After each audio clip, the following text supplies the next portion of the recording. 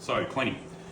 We had a self-cleaning function, so you just select clean, and you essentially put some soap, some dish soap straight in the top here, followed by about 1.5 litres of hot water, not boiling water, just hot water from your tap, and hit the button.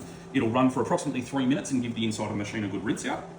Once that's completed, the machine will beep at you and stop. As soon as that happens, put a bowl or a big cup under here, tilt your lever forward, and all your soapy water will come out of the top. And as soon as that's completely drained out, there's 2 switches on each side. You press these forward.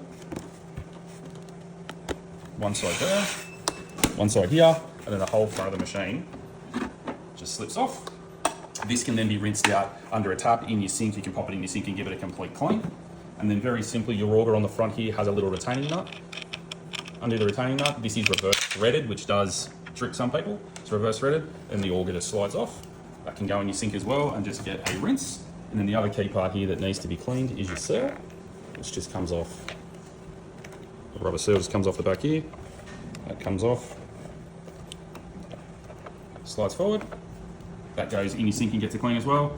And then as you're making your slushy, there will be drips that come off because this does get cold, condensation does build up. So this is your drip tray, that slides out, give that a rinse out and clean. And then essentially you just wipe off the barrel here. So a little bit of warm soapy water on a dishcloth, wipe this over, dry it completely.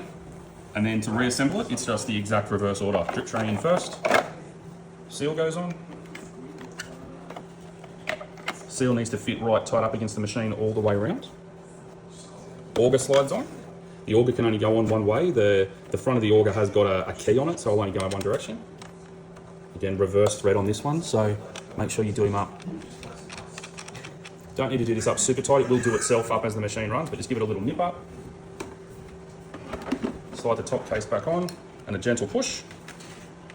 And then re-lock your tabs here into position. As I haven't got it quite settled. There it goes. Relock the tabs, the little axles will drop, and you're ready to go.